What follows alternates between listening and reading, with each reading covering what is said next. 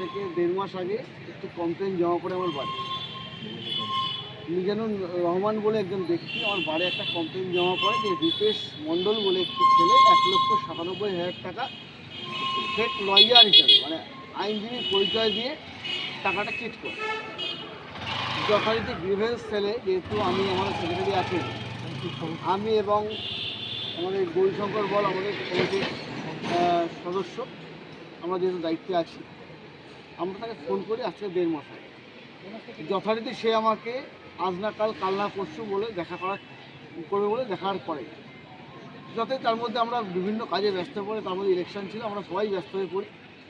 গতকাল আমাদের যে মিজানুর রহমান আমাকে ফোন করে যে দাদা ঘটনাটা কিছু হলো, যেহেতু ওকে আমরা কথা দিচ্ছি ইলেকশনটা যাক তারপর আমরা করব।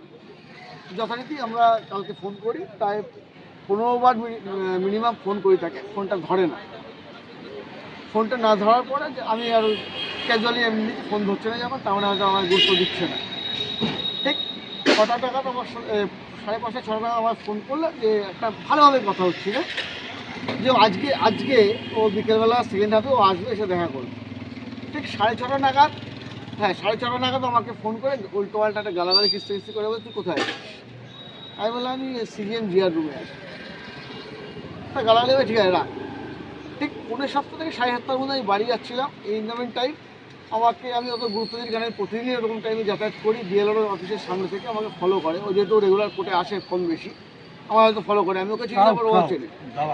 যাই হোক, ও আমাকে বাইক নিয়ে যায়, কিন্তু আমার সামনে যে ঠিক বিএলআর অফিসটা ক্রস করার সাথে সাথে একটা সরু গলি আছে, ওখানটা আমাকে দুটো ছেলে এসে গাড়িটা আটকায়। আমি গেছিলাম আমার কোনো বন্ধু বান্ধব আছে আমি চিনি না, আর ছোটোবেলা অনেক বন্ধু বান্ধব সামনে আছে, আমি চিনতে পারি না। পিছন দিকে একটা ছেলে বাইকটা আমার সামনে আসে, পরে একটা ছেলে এসে আমায় বলছে, রিভলভারটা আমার বুকে ঠেকিয়ে বলছে তুই আমার চিনতে পারছিস? আমি না করে চিনতে পারছি কে? এবার স্বাভাবিক আমার ওই সময় আমি রীতিমতো ভয় পেয়ে গেছি এবং খুবই আতঙ্কিত, আমি বুঝে উঠতে পারি না ওই সিচুয়েশনে থেকে কী করবো, কিছু বোঝে ওঠার ক্ষমতা ছিল না আমার। তা যথারীতি আমি সেই সময় আমি ওকে বললাম যে কে? ও তখন বলছে আমি রিতেশ মণ্ডল, যাকে তোমার তুই ফোন করছিস, আর তোকে একটা কথা বলছি, তুই আমার বিরুদ্ধে এগোবি না, তুই আমার বিরুদ্ধে যাবি না, তুই আমার কাজের মধ্যে তুই ইন্টারফেয়ার করবি। আমি তোর বিষয়টা হচ্ছে টোটালটা বাড়ির বিষয়, বাড়ির গত হয়ে আমার দায়িত্ব আছে, আমি তাই এগিয়েছি। কিন্তু যা বিষয়টা বাড়ির বিষয়, বাড়ি এসে কথা বল, তুই কেন এরকম করছিস? ও তোকে একটা লাস্ট ওয়ার্নিং দিলে, তোকে ছাড়লাম, এটা ছেড়ে দিল। ঠিক আমি বাড়ি গেলাম, 9:15 থেকে 20 মিনিট নাগাদ আমায় ফোন করে আমাকে বলছে তোর বাড়ির অ্যাড্রেসটা আমাকে দে, তোকে এক্সপিরিয়েন্স তুলে নিয়ে আমার তোকে দরকার, তোকে আমি দেখে নেবো, তুই যেখানে থাকা আমি তোকে তুলে নেবো। আমি যথারীতি ভয় পেয়ে যাই, আমার বাড়িতে একটা ছোটো বাচ্চা আছে, আমার ওয়াইফ আছে, মা আছে, বাবা আছে, আমার তোকে বাড়ির অ্যাড্রেস দিতে পারছি না, বাড়ির সমস্যা বাড়ে মেটা বলছে যে তোকে আমার লাগবে, তুই না অ্যাড্রেস আমি তোর অ্যাড্রেস জোগাড় করে যেখান থেকে পারো তোকে তুলে নিয়ে।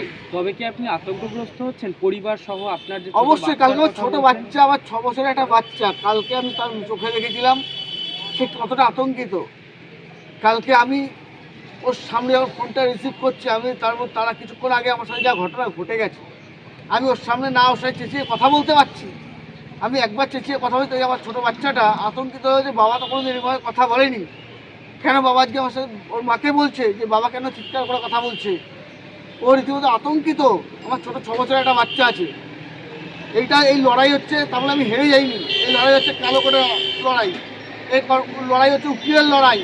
আমাদের বারাসাত কোর্টে থেকে লড়াইটা শুরু হলো, এরকম সারা রাজ্যে ফেক লয়ার ঘুরে বেড়াচ্ছে, কালো কোট চড়িয়ে প্রচুর আইনজীবী এই উকিল সমাজকে বদনাম করছে। এটা আমাদের লড়াই শুরু হলো বারাসাত কোর্ট থেকে। আমি ভয় পেয়েছি, আমি আতঙ্কিত, বাট এই লড়াই চলবে। এখনো পর্যন্ত বারাসাত থানা থেকে কি বলছেন? বারাসাত থানা থেকে আমাকে একটু আগে ডাকা হলো, ওনারা আইও সাহেব যিনি আছেন উনি ডাকলেন, উনি ডেকে বলছেন যে আমরা আজকে চেষ্টা করছি অ্যারেস্ট করার, আমরা সেই আশ্বাসে আমরা এখনও অপেক্ষা করছি, দেখা যাক কী হয়। আমি আতঙ্কিত, আমাদের সেক্রেটারি সাহেব আছেন, আমি সত্যি শক্ত হয়েছি, সেক্রেটারি সাহেবকে আমি একটু সাহস পেয়েছি আমি।